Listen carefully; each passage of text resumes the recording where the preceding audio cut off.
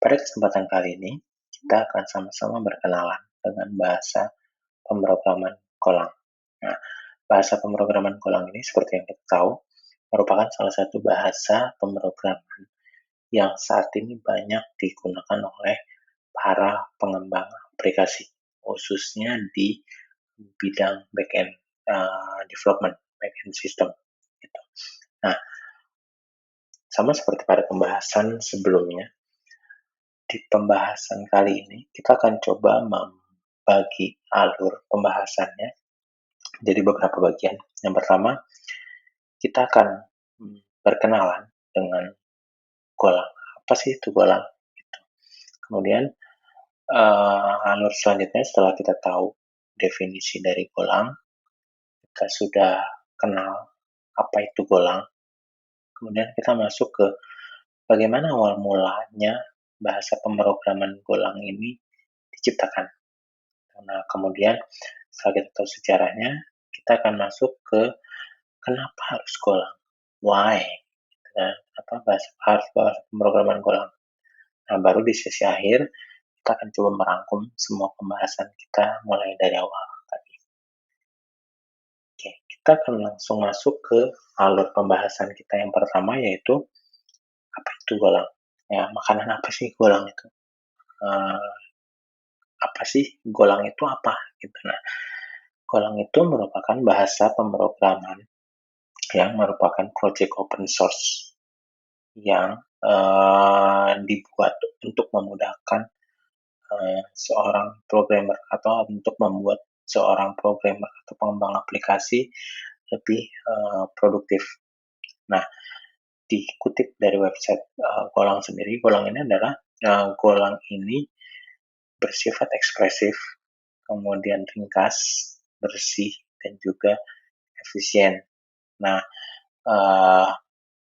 mekanisme konkurensinya ini, mekanisme konkurensi yang ada di Golang itu memudahkan para programmer untuk menulis program sehingga bisa mendapatkan hasil yang maksimal, gitu, baik dari mesin yang multi-core ataupun yang berjaring, gitu, atau mempunyai jaringan. Gitu. Kemudian Golang sendiri ini proses kompilasinya lebih cepat. Gitu. Nah, kemudian bahasa yang dikompilasi dengan cepat sehingga dia mempunyai proses yang lebih cepat juga gitu untuk pengembangannya gitu. Jadi mungkin akan saya sedikit jabarkan dengan bahasa-bahasa tadi. Jadi di bahasa pemrograman itu atau dalam ilmu komputer itu ada proses namanya konkurensi. Nah, apa sih konkurensi itu? Ya mungkin nanti teman-teman bisa sambil lihat juga. Jadi konkurensi ini merupakan suatu proses dari setiap part-part program ya, yang dieksekusi tanpa memperdulikan urutan ya, tapi nggak mempengaruhi hasil atau kinerja dari program tersebut. Jadi proses konkurensi ini ada berbagai macam. Jadi ada yang dia prosesnya berurutan satu persatu, atau ada proses yang dia siapa cepat ya dia akan dieksekusi pertama. Nah, itu proses konkurensi pada ilmu komputer. Nah, mekanisme seperti itu di bahasa pemrograman Golang itu lebih efektif. Gitu. Jadi diklaim oleh Golang ini merupakan bahasa pemrograman yang mempunyai fitur konkurensi yang cukup baik. Nah, kemudian proses kompilasi. Nah, apa sih itu kompilasi? Jadi kompilasi itu adalah ketika kita membuat suatu program, kita akan menulis kodenya di dalam suatu teks atau suatu tools. Nah, ketika kita tulis, kita tidak bisa langsung menjalankan program tersebut. Gitu. Nah, perlu ada proses kompilasi. Nah, proses kompilasi ini ada berbagai macam dan setiap bahasa pemrograman punya cara tersendiri untuk proses kompilasinya. Nah, di Golang proses kompilasi itu termasuk mudah karena kita tinggal menuliskan kita menuliskan kodenya, kemudian kita jalankan uh, untuk kompilasinya, compilernya kita jalankan, selesai. Itu kita tidak perlu menunggu uh, beberapa detik, kita tidak perlu menunggu beberapa menit atau hingga jam atau bahkan beberapa hari untuk memproses atau mengkompilasi program yang kita buat tadi. Nah, di beberapa bahasa pemrograman lain ada proses yang para programmer cukup uh, lama, cukup banyak menghabiskan waktu untuk diproses kompilasinya tadi. Tuh. Nah, kayak kemudian selain tadi proses kompilasinya, Golang juga mempunyai fitur, merupakan salah satu bahasa pemrograman yang mempunyai fitur GC atau garbage collection. Gitu. Nah, ya, atau kalau di bahasa Indonesia kan, jadi garbage collection itu tempat pengumpulan sampah. Gitu. Jadi sampah-sampah, proses-proses yang digunakan itu akan dikumpulkan menjadi satu. Gitu. Jadi tidak lebih prosesnya bisa lebih cepat lagi karena tidak harus mengeksekusi banyak sampah-sampah atau fungsi-fungsi yang tidak digunakan.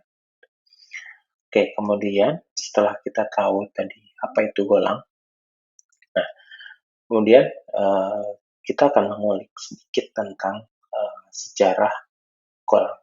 Jadi awal mula Golang itu seperti apa sih? Nah, banyak beberapa pendapat yang menyatakan kapan awal mula dibuatnya Golang. Nah, ada beberapa pendapat yang menyatakan itu di 2007. Nah, ada juga yang menyatakan di 2009. Intinya adalah Golang ini sendiri awal mulanya merupakan satu bahasa pemrograman yang digunakan untuk sebuah percobaan. Percobaan untuk apa? Percobaan untuk menyelesaikan masalah atau kendala-kendala yang ada di bahasa pemrograman lain gitu. Nah, jadi awalnya para insinyur Google yang membuat ini atau para orang-orang Google yang membuat ini, jadi ada tiga orang yang menginisiasi pembuatan bahasa pemrograman Golang ini. Yang pertama ada Robert Grismer, kemudian ada Rob Pike, dan ada Ken Thompson. Gitu. Nah, tiga orang ini yang menginisiasi atau melakukan percobaan untuk bahasa pemrograman Golang. Nah, jadi apa sih yang membuat resah para para tiga orang ini gitu sehingga menciptakan satu bahasa pemrograman lain? Nah, di sini ada beberapa hal yang uh, menjadi kendala, keresahan Robert Grismer, Rob Pike, dan Ken Thompson ini. Yang pertama,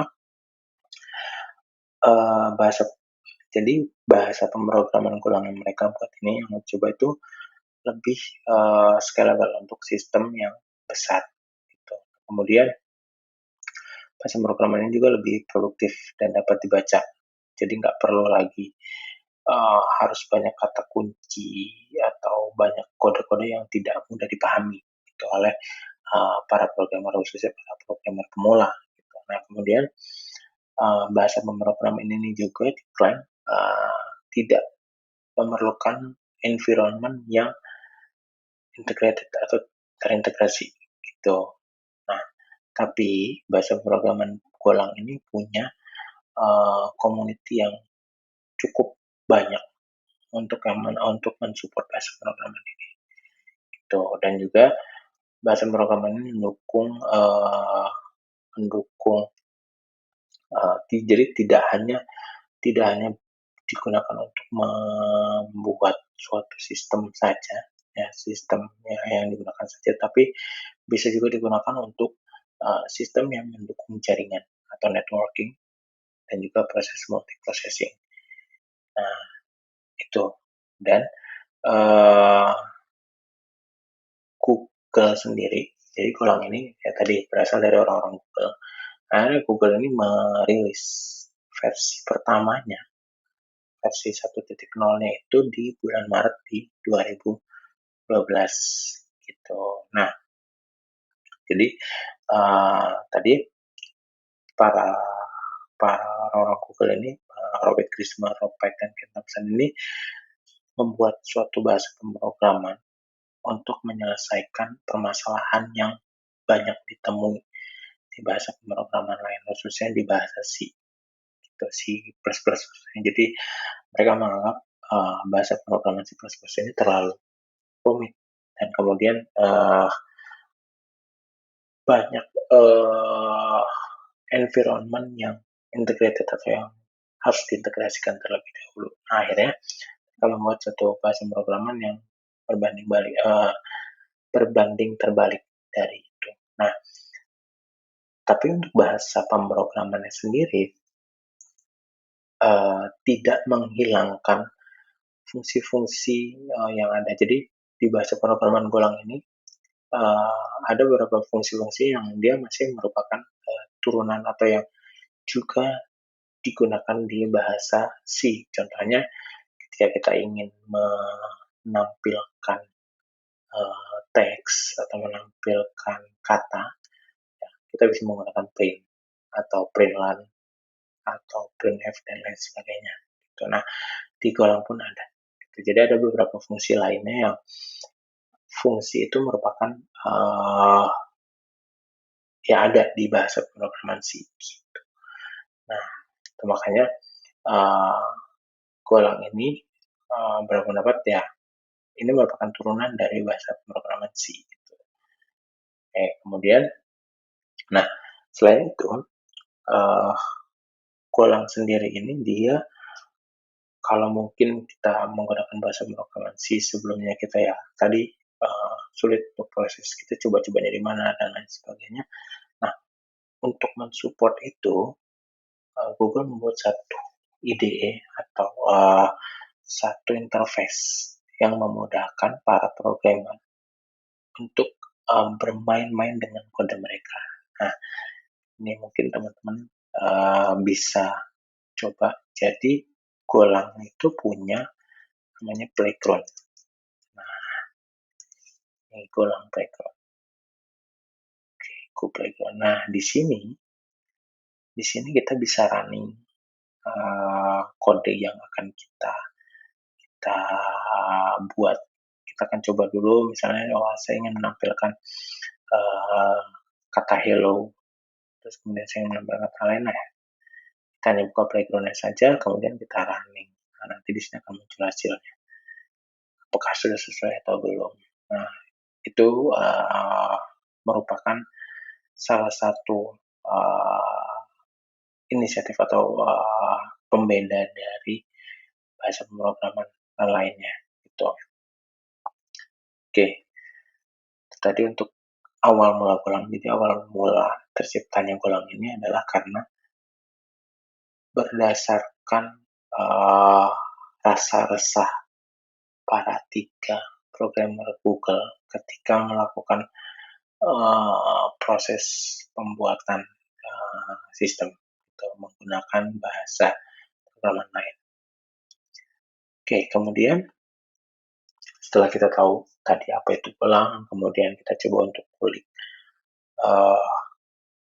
sejarahnya, bagaimana bahasa pemrograman Golang ini pertama kali dibuat. Nah, kemudian alur selanjutnya adalah kenapa harus Golang? Kenapa Golang? Gitu kan banyak banget bahasa pemrograman lain yang bisa digunakan. Nah, ini yang pertama bahasa pemrograman Golang ini mudah dipelajari ya seperti yang tadi dikatakan oleh para pendiri atau para pembuat Golang sendiri ya. Jadi mereka ingin bahasa pemrograman Golang ini lebih mudah dibaca gitu. Nah, dan akhirnya ternyata ya Golang ini memang mudah dipelajari gitu karena selain kodenya atau sintaksnya itu yang simple, juga banyak beberapa kode yang umum gitu. Jadi kita misalnya kita ingin menampilkan teks ya, kita hanya print, kita print, kita mencetak kata yang ingin kita tampilkan. Nah, itu seperti itu contoh dari mudah dipelajari ini. Gitu. Dan banyak fungsi-fungsi lainnya yang mudah untuk dibaca gitu, bahkan untuk programmer pemula sekalipun. Gitu. Nah, yang kedua, proses kompilasinya ini di bahasa pemrograman cukup cepat. Gitu. Jadi ya tadi kita tidak perlu menunggu atau kita tidak perlu menghabiskan waktu beberapa lama untuk hanya sekedar melakukan kompilasi program. Gitu. Jadi kita cukup kita taruh saja compiler toolsnya Golang sendiri. Jadi ada compiler Golang sendiri. Kemudian kita jalankan saja. Kita jalankan kode kita jalankan, kita compile, sudah. Nah, itu cukup cepat. Kemudian alasan selanjutnya adalah Golang ini punya garbage collector. Ya, jadi dia punya pengumpulan sampah gitu. Oke, kemudian Golang juga merupakan salah satu bahasa pemrograman memiliki fitur concurrency yang baik. Gitu. Nah, jadi mekanisme concurrency di Golang ini cukup baik karena dia mempunyai beberapa fitur untuk proses concurrency. Ini salah satunya ada coroutine dan juga channel. Jadi prosesnya ya tadi, concurrency tadi kan prosesnya tidak berurutan. Golang itu punya coroutine proses atau beberapa library lain banyak ya kan, Kwet dan lain sebagainya, itu banyak sekali library yang mendukung proses concurrency. Tapi untuk Golang sendiri dia punya coroutine dan juga namanya channel. Itu yang membedakan hanyalah proses penyimpanan value-nya saja. Jadi ketika coroutine, kita pakai coroutine, ya proses itu berjalan dari A, B, C, atau A, C, B, dan lain sebagainya. Itu tanpa proses kita tidak perlu menyimpan lagi. Tapi untuk channel ya kita ada proses tampungannya. Setelah kita proses berjalan, kita tampung, gitu. Ya. Atau mungkin ada beberapa perbedaan lain yang saat ini kita tidak terlalu detail untuk membahas itu. Nah, kemudian selain dia punya fitur concurrency yang cukup baik, ya. Nah, Golang juga merupakan salah satu bahasa pemrograman yang punya fitur penamaan variabel yang cukup ringkas. Nah, sebenarnya hampir sama seperti di bahasa C. Jadi ketika kita ingin kalau mungkin di bahasa pemrograman lain atau di bahasa pemrograman C, kita perlu menginisialisasikan misalnya var, kemudian nama variabelnya apa, kemudian tipenya apa, kemudian isinya. Nah, di Golang sebenarnya ya kita bisa saja langsung buat nama variabelnya, kemudian kita isi value-nya apa. Entah itu string, entah itu integer kah, integer biasa atau integer 64 atau integer 32 dan lain sebagainya gitu. Walaupun tidak menutup kemungkinan mungkin yang terbiasa dengan bahasa pemrograman C atau Java yang butuh var atau konstan dan lain sebagainya, itu bisa diterapkan juga di bahasa pemrograman Golang. Nah, kemudian yang tidak kalah baiknya di bahasa pemrograman Golang ini, dia punya paket dokumentasi. Jadi dokumentasinya itu cukup lengkap. Ya, dokumentasinya pun dibuat secara online. Jadi siapapun bisa mengaksesnya. Ini kalau kita lihat di sini dia punya Go Dev. Nah, di sini dia punya kenapa harus Golang, kemudian learn-nya dia lewat dokumentasinya, tulis manual dan lain sebagainya. Nah, ini mulai dari installing-nya, search-nya dan lain sebagainya. Ini cukup lengkap gitu. Nah, kemudian standar library-nya apa saja. Nah, ini banyak. Misalnya mulai dari ketika kita ingin mencetak log, kemudian kita ingin menjalankan runtime-nya, atau kita ingin membuat HTML dan lain sebagainya, untuk proses I/O dan lain sebagainya ya di sini sudah ada. Gitu. Ini dokumentasi yang ada di kolom. Oke, itu tadi alasan kenapa menggunakan Golang. Pertama tadi mau dipelajari, kemudian proses kompilasinya cepat, kemudian juga mempunyai garbage collector, ya, artinya ya dia melakukan pengumpulan sampah, gitu, pengumpulan sampah, kemudian sampah-sampah tersebut nantinya akan dibersihkan. Jadi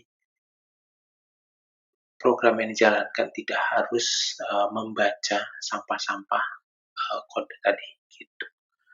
Kemudian Golang juga punya fitur concurrency yang cukup baik dengan goroutine dan channelnya. Kemudian penamaan variabelnya pun bisa dibuat ringkas. Kemudian punya dokumentasi yang bisa diakses oleh siapapun. Nah, itu tadi untuk alasan kenapa kita menggunakan Golang.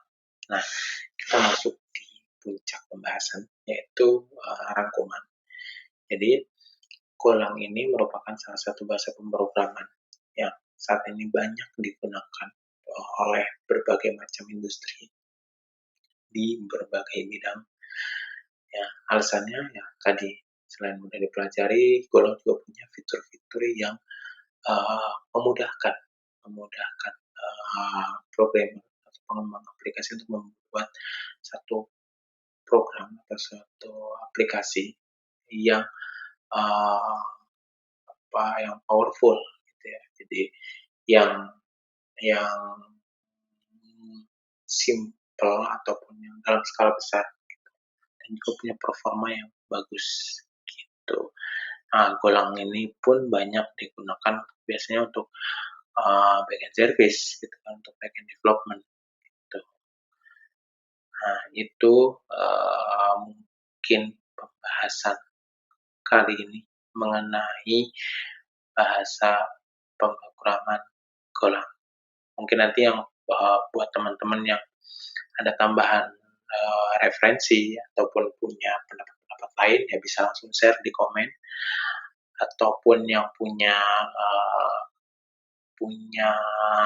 tambahan informasi ya bisa langsung saja di komen atau bisa langsung hubungi saya, gitu. Kita nanti bisa tambahkan barang-barang untuk di komentar. Jadi kita bisa belajar bersama-sama. Itu saja. Terima kasih atas perhatiannya dan sampai jumpa di pembahasan selanjutnya. See you.